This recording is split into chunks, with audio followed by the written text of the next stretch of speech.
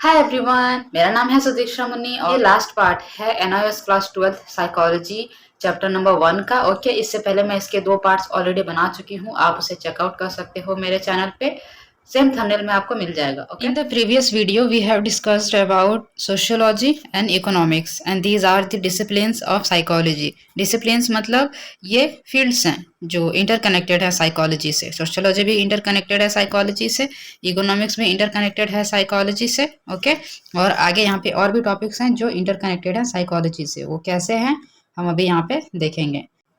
Third है हमारा political science. Okay, studying psychology help us understand leadership, voting, politics, human behaviour and social issues from a psychological perspective.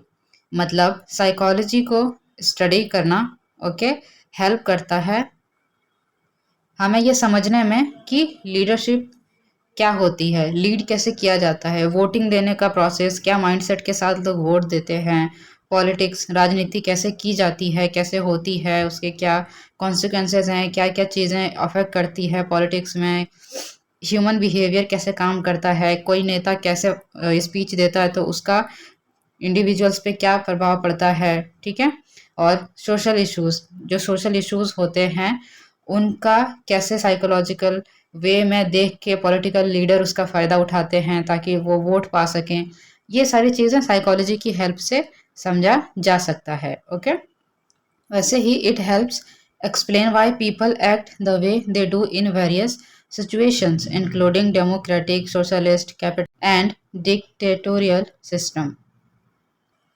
मतलब ये सारे जो different different यहाँ पे सिचुएशंस क्रिएट होते हैं उनमें कौन कैसे बिहेव करता है। जैसे लोकतांत्रिक में कैसे बिहेव किया जाता है, ओके, एक तांत्रिक में कैसे बिहेव किया जाता है, यानी कि जहाँ पे लोग शासन को नहीं चुनते हैं, यानी कि लोग अपने राजा को नहीं चुनते हैं। राजा वो लाइक वो एक लोकतांत्रिक नहीं होता ना, लोगों द्वारा नहीं चुना जाता है, वो स्वयं ही बनता है, या तो युद्ध करके या जैसे भी बना हो। ठीक है, तो इन सारे सिचुएशन में कैसे कैसे बिहेवियर्स होते हैं।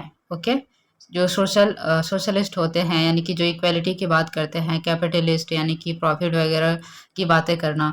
तो इन सारा जो फील्ड है, इन सभी फील्ड में कैसे कौन रिएक्शन देता है, कैसे एक्ट करता है, कैसे वो ये शो करता है कि किसी भी चीज़ का उस पर क्या इफेक्ट पड़ रहा है।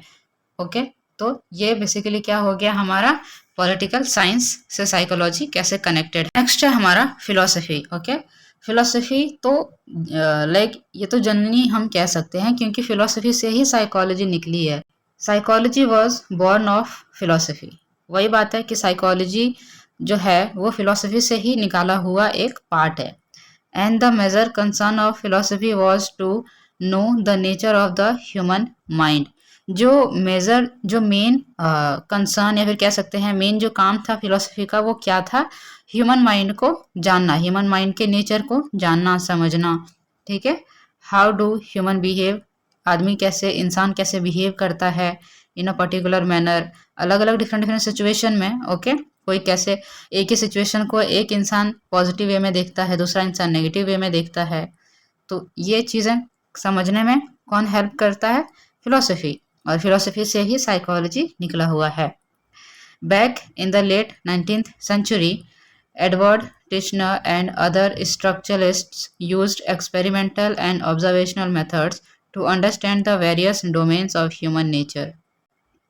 लेट 19th सेंचुरी में एडवर्ड टिंचर और जो स्ट्रक्चरलिस्ट थे, जो माइंड पे रिसर्च कर रहे थे या माइंड का स्ट्रक्चर कैसा है, कैसे चीज़ें माइंड काम करता है, माइंड कैसे एक्ट करता है डिफरेंट डिफरेंट सिचुएशन में, माइंड में क्या क्या ऐसे हार्मोन्स रिलीज होते हैं जिसकी वजह से एक ह्यूमन अलग अलग तरीके से रिएक्शन देता है। तो इन पे उन्होंने एक्सपेरिमेंट किया, ऑब्जर्व किया ह्यूमन नेचर को समझने के लिए। ओके, साइकोलॉजी दस इवॉल्व एज डिसिप्लिन, और यहीं से फिर साइकोलॉजी सब्जेक्ट अलग हुआ फिलोसफी से। नेक्स्ट है हमारा medicine. Okay, both psychology and medicine use scientific methods to understand human body. तो साइकोलॉजी एंड मेडिसिन दोनों ही साइंटिफिक मेथड्स को यूज करते हैं ह्यूमन बॉडी को, माइंड को, बिहेवियर को समझने के लिए। Doctor takes assistance from clinical and counselling psychologist in treating patient suffering from chronic diseases like anxiety, AIDS, cancer etcetera. जो डॉक्टर्स होते हैं ओके, जो ट्रीटमेंट करते हैं। तो जिनको क्रोनिक डिजीजेस होते हैं, एंजाइटी डिसऑर्डर हो गया, कैंसर हो जाना किसी को, तो ये सारे जो इश्यूज है ना, इससे मेंटल हेल्थ पर बहुत इफेक्ट पड़ता है। तो इसी मेंटल हेल्थ को ठीक करने के लिए किसका सहारा लिया जाता है? क्लिनिकल जो साइकोलॉजिस्ट होते हैं या काउंसलिंग साइकोलॉजिस्ट होते हैं, जो पेशेंट के माइंड पे काम करते हैं, उनको काम करते हैं, यानी कि ये काम वाला काम उनको शांत करते हैं, और अच्छे से कैसे फिर खुशी खुशी जिया जाए ये उनको सिखाते हैं क्लिनिकल या काउंसलिंग साइकोलॉजिस्ट। नेक्स्ट है हमारा लॉ एंड क्रिमिनोलॉजी।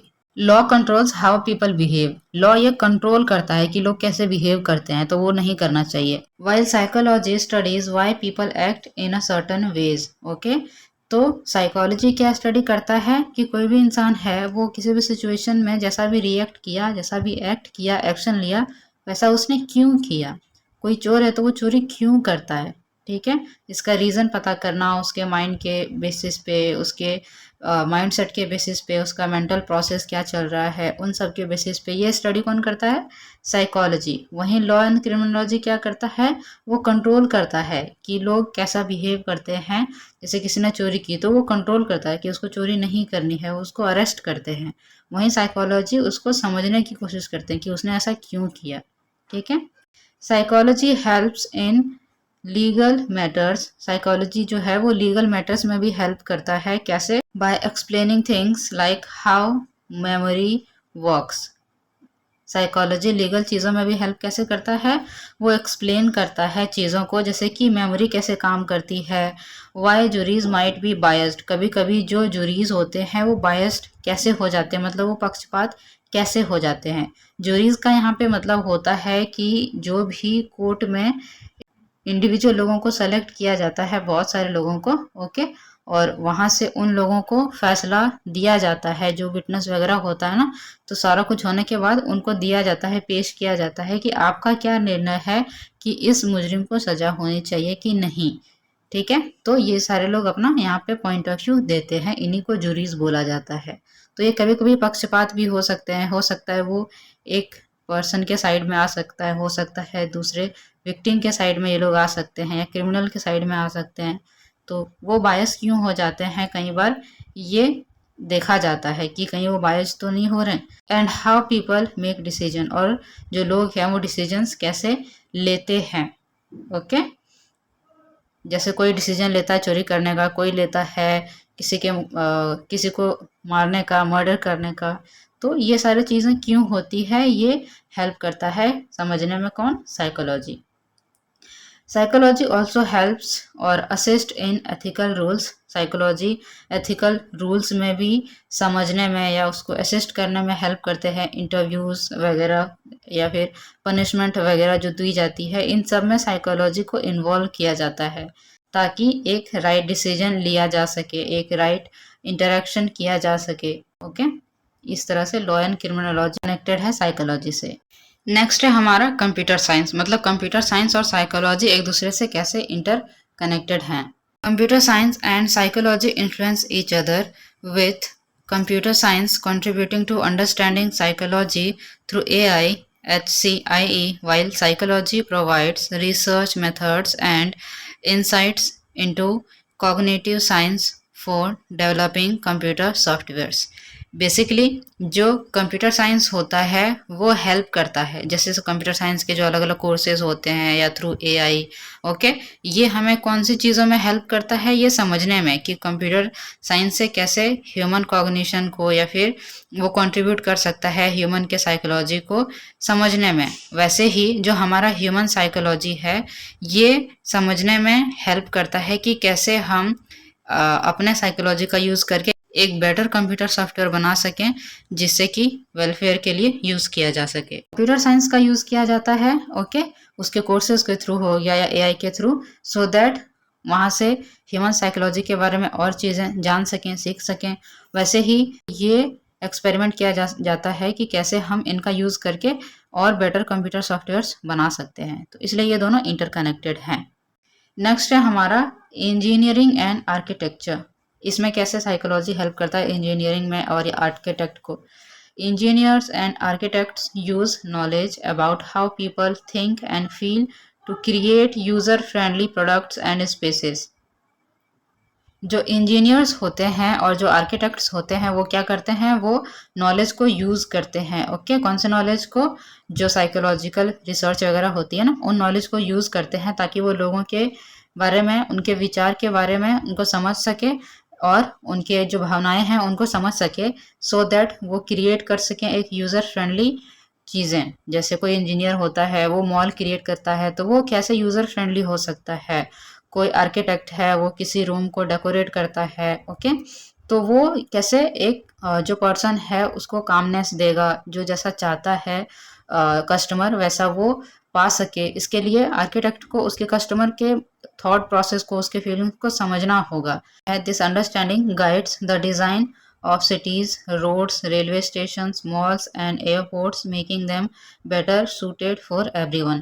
तो जब इंजीनियर और आर्किटेक्ट समझ पाते हैं ना कि लोग असलियत में चाहते क्या हैं, किन चीज़ों से लोगों को आराम मिलेगा, वो यूज़ करना लोगों के लिए आसान होगा, जैसे कि रेलवे स्टेशन हो गया तो उनको कैसे यूज़र फ्रेंडली बनाया जाए, लोगों के लिए और सुविधाजनक कैसे बनाया जाए, मॉल्स हो गया, एयरपोर्ट्स हो गया, तो ये सारी चीज़ें की जाती है ताकि वो सबके लिए सूटेबल हो, ईजी टू एक्सेस हो।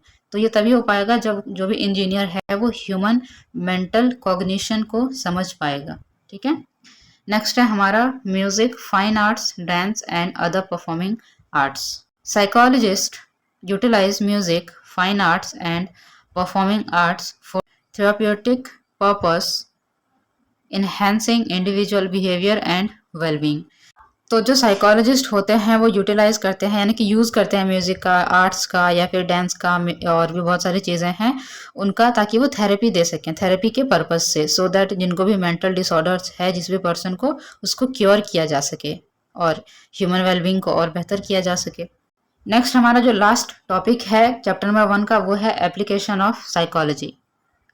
It means some areas where psychologist work, यानी कि कुछ ऐसे फील्ड्स जहाँ पे अलग अलग साइकोलॉजिस्ट वर्क करते हैं, काम करते हैं। तो सबसे पहला है clinical psychology. Clinical psychologist diagnose and treat mental health issues without prescribing medication. जो क्लिनिकल साइकोलॉजिस्ट होते हैं वो क्या करते हैं, वो मेंटल डिसऑर्डर्स को, मेंटल हेल्थ इश्यूज को मेन फोकस में रख के उसका ट्रीटमेंट करते हैं, उसको थेरेपी देते हैं, मेडिकेशन प्रिस्क्राइब किए बिना। Okay, they use test to understand problems and therapy to help people feel better by managing their thoughts and behaviours. जो क्लिनिकल साइकोलॉजिस्ट हैं वो क्या करते हैं, वो टेस्ट करते हैं, एक्सपेरिमेंट करते हैं प्रॉब्लम्स को समझने के लिए और फिर वो थेरेपी देने का काम करते हैं लोगों को, सो दैट जो लोग हैं वो अच्छा फील कर सकें और ये सीख सकें कि कैसे थॉट्स एंड बिहेवियर को मैनेज करना है, ताकि उनका जो मेंटल हेल्थ है, जो मेंटल डिसऑर्डर है वो ठीक हो सके, वो सही हो सके। देन है हमारा counselling psychology. Counselling psychologist assist people with everyday life challenges like career decisions, marriage and work performances. जो काउंसलिंग साइकोलॉजिस्ट होते हैं उनका काम क्या है, वो एवरीडे लाइफ के, यानी कि रोज़मर्रा की जो प्रॉब्लम्स होते हैं, जो चैलेंजेस होते हैं, उन पे वो असिस्ट करते हैं, उनको वो गाइड करते हैं। जैसे करियर का डिसीजन लेना कि किस फील्ड में जाना है, नहीं जाना है, मैरिज का डिसीजन लेना कि करना है कि नहीं करना है, किससे करना है, and then work performances means काम में कैसे परफॉर्मेंस को और ज़्यादा इन्हेंस किया जा सके, बढ़ाया जा सके, ये सब कौन करता है, काउंसलिंग साइकोलॉजिस्ट करते हैं। They do not focus on diagnosing psychological disorders.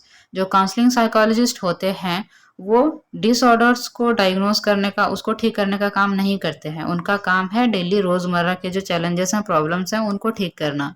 Disorders को ठीक करने का काम किसका है, क्लिनिकल साइकोलॉजिस्ट का। ओके, देन है हमारा educational and school psychology. Educational psychologist improve teaching methods and curriculums by understanding how students learn. जो एजुकेशनल साइकोलॉजिस्ट हैं वो क्या करते हैं, वो इम्प्रूव करते हैं टीचिंग मेथड्स को, करिकुलम्स को। ओके, ताकि वो समझ सकें कि जो स्टूडेंट्स हैं वो कैसे सीखते हैं और उनके सीखने की एफिशिएंसी को और ज़्यादा इम्प्रूव कैसे किया जा सकता है। They also help students with academic, emotional और behavioural problems in elementary and high schools. तो जो एजुकेशनल एंड स्कूल साइकोलॉजिस्ट होते हैं वो क्या करते हैं, वो स्टूडेंट्स के एकेडमिक परफॉर्मेंस को कैसे इन्हेंस किया जा सके उस पर ध्यान देते हैं, उनको इमोशनली कैसे स्ट्रांग बनाया जा सके, अवेयर किया जा सके इमोशंस के बेसिस पे, इस पे ध्यान देते हैं, इसको कंसल्ट करते हैं। तो इन सबको समझने का, कंसल्ट करने का काम कौन करता है, एजुकेशनल एंड स्कूल साइकोलॉजी। आता है हमारा development psychology. Development psychologist study how people grow and change throughout their lives, covering their physical, cognitive, emotional, social and linguistic aspects. जो डेवलपमेंट साइकोलॉजी होता है वो किस पे फोकस करता है, वो किस चीज़ की स्टडी करता है, वो स्टडी करता है कि लोग कैसे ग्रो होते हैं, कैसे आगे बढ़ते हैं, वो कैसे चेंज होते हैं उनके पूरे जीवन के दौरान। ओके, जैसे उनका फिजिकल बॉडी कैसे चेंज होता है, उनका मेंटल हेल्थ, मेंटल जो इंटेलेक्ट है वो कैसे चेंज होता है एज के साथ साथ, उनका इमोशंस कैसे डिफरेंट डिफरेंट एज में अलग अलग तरीके से ट्रिगर होते हैं। ओके, सोशल जो चीज़ें हैं वो कौन सी एज में कितना सोशल होना पसंद करते हैं, नहीं करते हैं। उसके बाद लिंग्विस्टिक एक्सपेक्ट, स्पीकिंग हो गया या अंडरस्टैंडिंग, समझ हो गया, एक दूसरे को समझना, या फिर कम्युनिकेशन हो गया इन डिफरेंट लैंग्वेजेस, मतलब अलग अलग लैंग्वेजेस में कम्युनिकेट करना। तो ये भी जो एस्पेक्ट है वो भी समझने का, स्टडी करने का काम कौन करते हैं, developmental psychologist.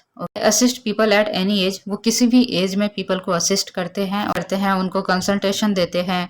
And teach how thinking and behaviour change as we grow, और फिर ये सिखाते हैं कि जो एज है हमारा, जैसे जैसे एज बढ़ता है तो उसके साथ ही हमारा जो बिहेवियर है और जो थिंकिंग प्रोसेस है वो कैसे चेंज होते रहता है। नेक्स्ट है हमारा social psychology. It examines how people's thoughts, feelings and actions are influenced by others. इसमें ये एग्जामिन किया जाता है कि कैसे लोगों का जो थॉट है या फीलिंग है, जो एक्शंस है वो इन्फ्लुएंस होता है, प्रभावित होता है दूसरे लोगों से। ओके, जैसे हमारा घर है तो हमारे लोग पड़ोसी से इन्फ्लुएंस होते हैं, सोसाइटी से इन्फ्लुएंस होते हैं। तो ये चीज़ कौन स्टडी करता है, सोशल साइकोलॉजिस्ट करते हैं। It explores topics like how we interact with others, aggression, biasness, team behavior, etc. जो सोशल साइकोलॉजिस्ट हैं वो ये ऑब्जर्व करते हैं, स्टडी करते हैं कि कैसे हम एक दूसरे के साथ इंटरेक्शन करते हैं, मिलते जुलते हैं। एग्रेशन, एक दूसरे के प्रति, फॉर एग्जांपल कोई हिंदू है कोई मुस्लिम है, एक दूसरे के प्रति इनका एग्रेशन है, झगड़ा होते रहता है, ये सारी चीज़ें। बायसनेस मीन्स की पक्षपात करना, किसी भी एक पर्सन के साइड हो जाना, एक कम्युनिटी के साइड हो जाना। देन टीम बिहेवियर, यानी कि जब कोई इंसान टीम में होता है तो वो कैसे बिहेव करता है, कोई अकेला होता है तब वो कैसे एक्ट करता है, उसका क्या इफेक्ट पड़ता है उसकी एफिशिएंसी पे, उसके काम करने की क्षमता पे। नेक्स्ट है हमारा industrial organisational psychology. Okay, industrial बोल लो या फिर ऑर्गेनाइजेशनल साइकोलॉजी बोल लो, एक ही बात है। It deals with workplace issues like hiring, leadership, communication and productivity. जो ऑर्गेनाइजेशनल साइकोलॉजिस्ट होते हैं वो किन चीज़ों के साथ डील करते हैं, किनको हायर करना है, किनको नहीं करना है, लीडरशिप कैसे करना है, यानी कि लीड कैसे करना है, जितने भी एम्प्लॉयज़ हैं उनको कैसे लीड कर सकते हैं अच्छे वे में, कम्युनिकेशन कैसे अच्छे से बना के रखना है ताकि एम्प्लॉय और जो भी मैनेजर है, जो भी बॉस है, उनका कनेक्शन बना रहे अच्छे से। ओके, और प्रोडक्टिविटी को कैसे इम्प्रूव किया जा सके ताकि काम में और ज़्यादा प्रॉफिट कमाया जा सके। It works on overall effectiveness within the organisation. तो जो इंडस्ट्रियल या फिर ऑर्गेनाइजेशनल साइकोलॉजिस्ट होते हैं वो किस पे काम करते हैं कि कैसे ऑर्गेनाइजेशनल जो भी वर्क हो रहा है, जो भी ऑर्गेनाइजेशन या फिर इंडस्ट्री है, उसके इफेक्टिवनेस को और ज़्यादा कैसे इंक्रीज किया जा सके ताकि वो और ज़्यादा ग्रो हो सके। नेक्स्ट है हमारा community psychology. Community psychologists help communities with health and social issues like unemployment and discrimination. तो कम्युनिटी साइकोलॉजिस्ट किस पे काम करते हैं, वो कम्युनिटीज़ को हेल्प करने का काम करते हैं ताकि वो हेल्थ के सेक्टर पे या फिर सोशल इश्यूज के चीज़ों पे बात कर सके, जैसे अनएम्प्लॉयमेंट हो गया या फिर भेदभाव होना, इन पे बात कर सके। They promote positive interactions. जो कम्युनिटी साइकोलॉजिस्ट होते हैं वो पॉजिटिव इंटरेक्शन को, यानी कि लाइक सकारात्मक बातचीत को या फिर मेल जोल को बढ़ावा दे सकें। And participation in community programmes, और एक कम्युनिटी दूसरे कम्युनिटी के साथ अच्छे से रह सके, उनके साथ पार्टिसिपेशन कर सके।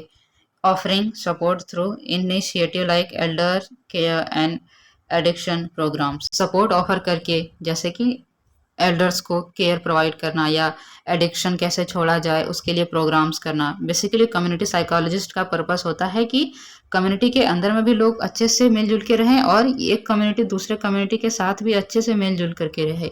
ठीक है, तो ये कम्युनिटी साइकोलॉजिस्ट का काम होता है। Environmental psychology, it studies how people connect with their surrounding like land and weather. Environmental psychologist का काम होता है ये स्टडी करना कि लोग कैसे कनेक्ट करते हैं अपने इन्वायरमेंट से। ओके, इन्वायरमेंटल साइकोलॉजिस्ट एनकरेज करते हैं लोगों को ताकि वो प्रकृति का मिसयूज ना करे, उसको सेफ रखे। ओके, पेड़ों को ना काटे। Make living condition better by using resources wisely. हम अच्छे से चीज़ों को हम प्लास्टिक के बोतल की जगह पे हम स्टील का बोतल यूज़ कर सकते हैं, कॉपर का कर सकते हैं, और भी डिफरेंट डिफरेंट वेज हैं जिससे कि प्लास्टिक का यूज़ कम हो सके, क्योंकि प्लास्टिक जितना ज़्यादा यूज़ होगा वो इन्वायरमेंट में जाएगा और वहाँ से फिर पॉल्यूशन क्रिएट होगा। ख़त्म होने में ही बहुत सारा टाइम ले लेगा, जिससे कि हमारी प्रकृति को बहुत ज़्यादा नुकसान हो रहा है। डिस्क्रिप्शन में इस पीडीएफ का लिंक आपको मिल जाएगा। ओके, आई नो कि ये वीडियो थोड़ा सा लॉन्ग हो गया बिकॉज मैं अब इसके बहुत ज़्यादा पार्ट्स नहीं बनाना चाहती थी। ओके, इसके ऑलरेडी मैं 2 पार्ट्स बना चुकी हूँ, तो इसलिए मैंने इसको इस वीडियो में कवर कर दिया पूरा। यहाँ से हमारा चैप्टर 1 खत्म होता है साइकोलॉजी का, क्लास 12 का, जो भी एनआईएस बोर्ड से है। Like this video, okay, if yes then do subscribe this channel.